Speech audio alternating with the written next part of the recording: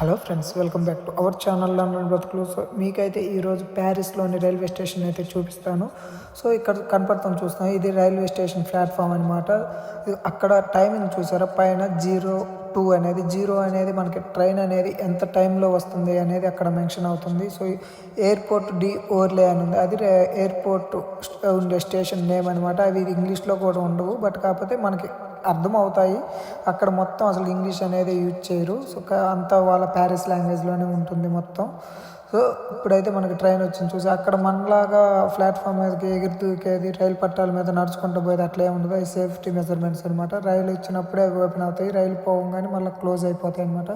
మనకి train once ఎక్కిన తర్వాత లోపల ఎలా ఉంటుంది, సో ఇక్కడ చాలా నీట్గా క్లీన్గా ఉంటుంది. అదైతే మాత్రం చూసారా, ట్రైన్ పోగానే అది ఆటోమేటిక్గా బయటకు డోర్లు క్లోజ్ అయినాయి, లోపల డోర్లు క్లోజ్ అయినాయి. సో ఇలాంటి మరింత ఇన్ఫర్మేషన్ కోసం please follow our channel London బ్రతుకులు. Thank you.